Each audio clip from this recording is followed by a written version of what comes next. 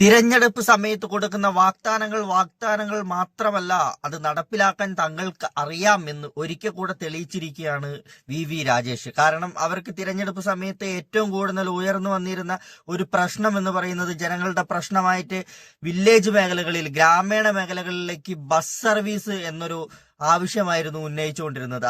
അധികാരത്തിൽ വന്ന് ഇത്രയും നാളുകൾക്കുള്ളിൽ കൊടുത്ത വാഗ്ദാനം, ഇലക്ഷൻ സമയത്ത് കൊടുത്ത വാഗ്ദാനം അതുപോലെ നടപ്പിലാക്കിയതിന് രാജേഷിന് ഒരു ബിഗ് സല്യൂട്ട് കൊടുക്കണം. കാരണം വേറൊന്നും കൊണ്ടല്ല, ഈ ഇലക്ഷന്റെ സമയത്ത് നമ്മളടുത്ത് വന്ന് വോട്ട് ചോദിക്കാൻ വരുന്ന സമയത്ത് ഞാൻ പാലം പണിത് തരാ, റോഡ് പണിത് തരാ, തോട് കെട്ടിത്തരാ എന്ന് പറഞ്ഞിട്ട് വരുന്ന രാഷ്ട്രീയക്കാരൊക്കെ അധികാരത്തിൽ വന്നു കഴിഞ്ഞാൽ പിന്നെ മൂടും തട്ടി പോകുന്നതേ കണ്ടിട്ടുള്ളൂ. പിന്നീട് വേറെ ആരും ഇങ്ങോട്ടേക്ക് വന്ന് കണ്ടിട്ടില്ല. പിന്നീട് നമ്മൾ അവരെ കാണുന്നത് പോലും അടുത്ത ഇലക്ഷന്റെ സമയത്ത് വോട്ട് ചോദിക്കാനായിരിക്കും. അന്ന് ഇത് ചോദിച്ചാലോ, ഞാൻ അതിനുവേണ്ടി ഒരുപാട് ശ്രമിച്ചു, പക്ഷേ എന്തൊക്കെയോ പ്രശ്നങ്ങൾ പറഞ്ഞ് അവരങ്ങ് ഒഴിഞ്ഞു മാറും. അങ്ങനെയുള്ള ഒരു സമയത്ത് പറഞ്ഞ വാഗ്ദാനങ്ങൾ ഓരോന്നോരോന്നായി നടപ്പിലാക്കുമ്പോൾ നമ്മൾ ഉറപ്പായിട്ടും സല്യൂട്ട് അടിച്ചേ പറ്റൂ.